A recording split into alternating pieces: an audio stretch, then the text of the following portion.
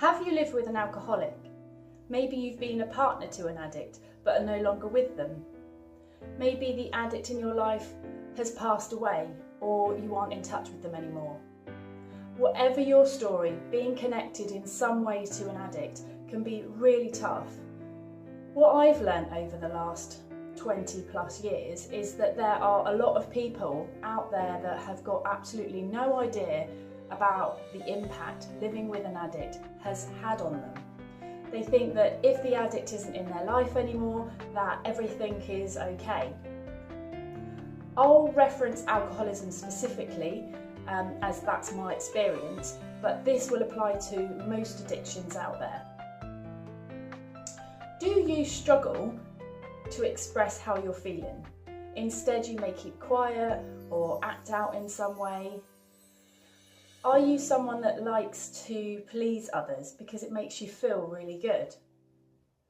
Do you struggle in relationships? How about looking after yourself?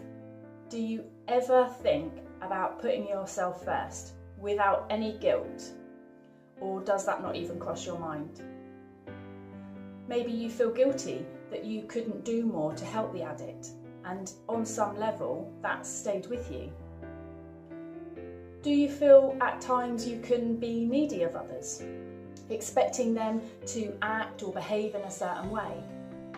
Or maybe you struggle to speak up and say what you do or don't want for fear of other people's reactions. You're probably a very strong person if you've survived living with an addict. Coming out the other side can be tough, but if you're still here, you've done it. You're probably an independent and self-sufficient person who's learned to do things for yourself. You survived the unpredictability of a home with addiction. You've found your own coping mechanisms which have helped you to get where you are today. Welcome to lesson 1 in this 4-lesson course. I'm Jo Huey and I'm an adult child of an alcoholic. 20 years ago, I started my journey of self-discovery. I was having endless issues with relationships, my friendships were under pressure and I was falling out with them. I had no self-respect. I struggled to express how I felt and I had a lot of anger and resentment towards my mum and dad. I felt hyper-vigilant all the time, constantly seeking safety but not consciously being aware of doing it. I needed to feel loved and valued by others, but I had no idea how to do that for myself. I put others' needs ahead of my own and had no concept of boundaries and saying no to people. I would often feel loneliness and a complete disconnection from people, feeling different. I remember feeling that something was wrong with me. I became a workaholic, which distracted me from all my issues. I focused on helping other people because it made me feel really good and I didn't have to think about myself. I craved order, certainty, reliability, and these were so scarce in my life as a child. By the time I started my self-development journey, things had got quite bad and I was ready for some change. I went from an insecure, lost and lonely child to a confident, calm and likeable person. I swapped anger for calm, judgment for empathy, small-minded attitude for big picture, insecurity for feeling self-assured. I went from a victim to a survivor. I had a lot of self-doubt and that went to confidence, and self-hatred went to self-esteem.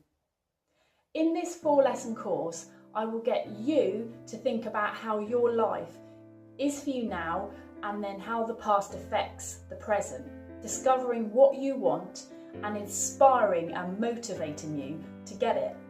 What I share has come from my own investment of my own recovery over 20 years. I share the best bits with you so that you can get directly to the heart of the issue. Some of the things I learned took me years, but I want to share this with you the easiest way I can. You won't have to spend what took me years to learn. I'm going to share some key areas in this 4-lesson course, and if you want to carry on, I go into more detail in my pick and mix modules. In this lesson, you'll be looking at awareness. This is the basis for any change. You need to understand where you are now in order to be able to move forward, of course. I'll get you to think about the people in your life, whether that's at work, in your personal life, your social life. Do you see any repetitive issues that you dislike and can't figure out how to change? Do you seek answers? I know I did. If you feel frustrated by effects of your life and have no idea how to fix them, then this video is for you. To get started, the best advice I can give is this. We have to be the ones to make the decision to change something in our life, no matter how big or small. From my experience, changing because someone else wants you to rarely works.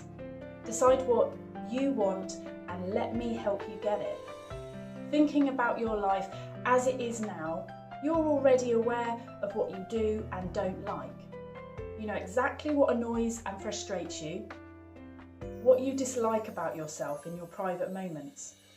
You know how you dreamed life would be and the reality. You know you have passions and hold yourself back or prioritise other things. Do you find yourself in the same situations, making the same mistakes? I know I did. My mum was the person that taught me this next lesson. Get it out of your head and onto paper. If you're an overthinker, it's like turning the sound off in your head. It all goes quiet. Imagine that for a moment. All your thoughts, concerns and worries out of your head, even just for a minute. What a relief. When you write it, just get it out. It doesn't need to be grammatically correct and perfect.